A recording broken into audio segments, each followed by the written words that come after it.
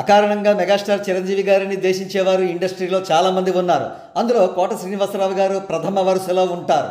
గతంలో చిరంజీవి గారు సినీ కార్మికుల కోసం ఫిల్మ్ నగర్లో ఆసుపత్రిని నిర్మించాలని నిర్ణయించుకున్నప్పుడు కోట శ్రీనివాసరావు గారు ఆ నిర్ణయాన్ని తీవ్రంగా వ్యతిరేకించారు.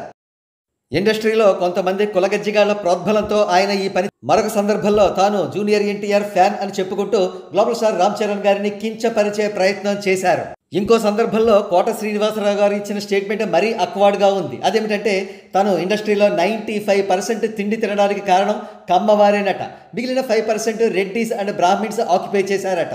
అంటే అన్యాపదేశంగా కోట శ్రీనివాసరావు గారు చెప్పిన విషయం ఏమిటంటే కాపు కులస్తుడైన చిరంజీవి గారి ఫ్యాక్టర్ 0 అని.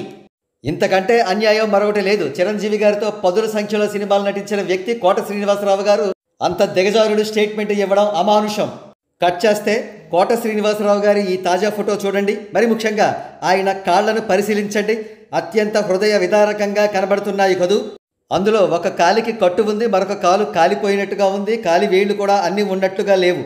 ఇప్పుడు మనకు ఈ ఫోటోను చూసి బాధ కలుగుతున్నా, జాలి కలుగుతున్నా ఫోటోలోని కోట శ్రీనివాసరావు గారి కాళ్ల పరిస్థితిని చూసి మాత్రమే కాదు, ఆయన వెనకేసుకు వచ్చిన కమ్మ హీరోలు ఒక్కరు కూడా రాలేదేం? 95% కోటగారికి తిండి పెట్టింది వారే కదా. ఇటువంటి పరిస్థితుల్లో కోటగారిని చూడలేకపోయారేం? జూనియర్ ఎన్టీఆర్కి తాను ఫ్యాన్ అని చెప్పుకున్నారే, మరి ఎన్టీఆర్ గారు ఎందుకు వెళ్ళలేదు? కారణం ఎన్టీఆర్ గారికి తెలుసు. మెగా ఫ్యామిలీ మీద అక్కసుతోనే తనకు ఫ్యాన్ అని చెప్పుకున్నారు, కానీ కోటగారు వాస్తవానికి తన ఫ్యాన్ కూడా కాదు అనే విషయం జూనియర్ ఎన్టీఆర్ గారికి స్పష్టంగా తెలుసు.